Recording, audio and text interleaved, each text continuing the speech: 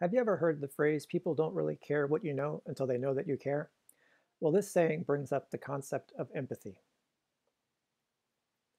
Let's look at a few specifics about empathy. Empathy is the ability to understand and share the feelings of another. But how can we understand and share other people's feelings? It comes down to three ways that we can begin to use empathy. Two of them help us to get our skills in order, and then the third moves us to action. The first way to begin using empathy is called cognitive empathy. This is our ability to know how another person may feel.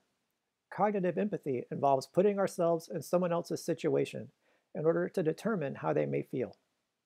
We have to get information from the other person in order to cognitively empathize with them.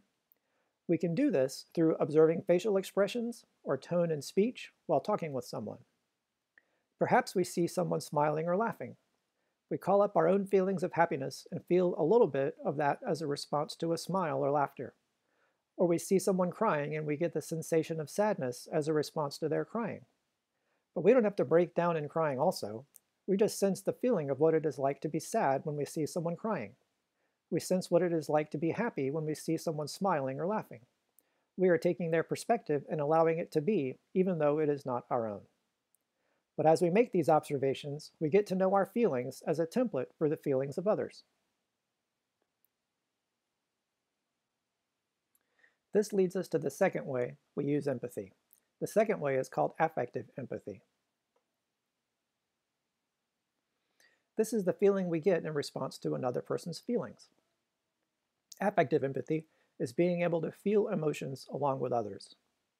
Affective empathy requires us to embrace our own experiences of emotions and to apply a framework for expecting how others might feel in similar circumstances. The thing to know with affective empathy is you don't have to have the same events that others have in order to empathize with them. You do have to recognize the feelings behind the events. What might sadness feel like for someone who failed at a job interview?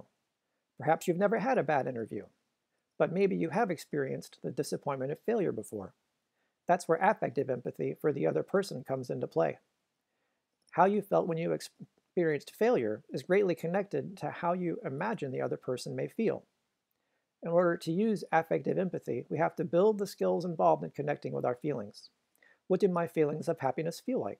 If you feel happy, can you connect your happiness to the event that brought on that feeling? If you feel sad, can you identify the event that brought on that feeling?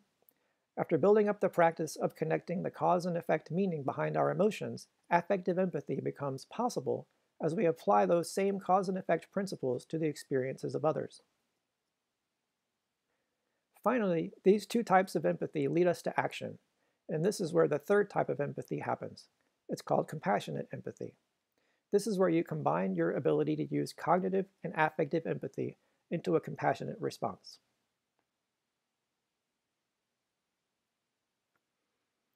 Let's say you're continuing your talk with the person who failed an interview.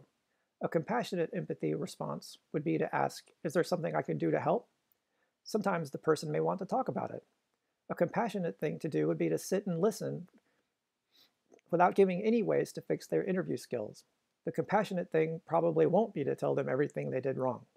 The compassionate empathy response is to listen. A step further in compassionate empathy would be to offer how you felt when you experienced failure.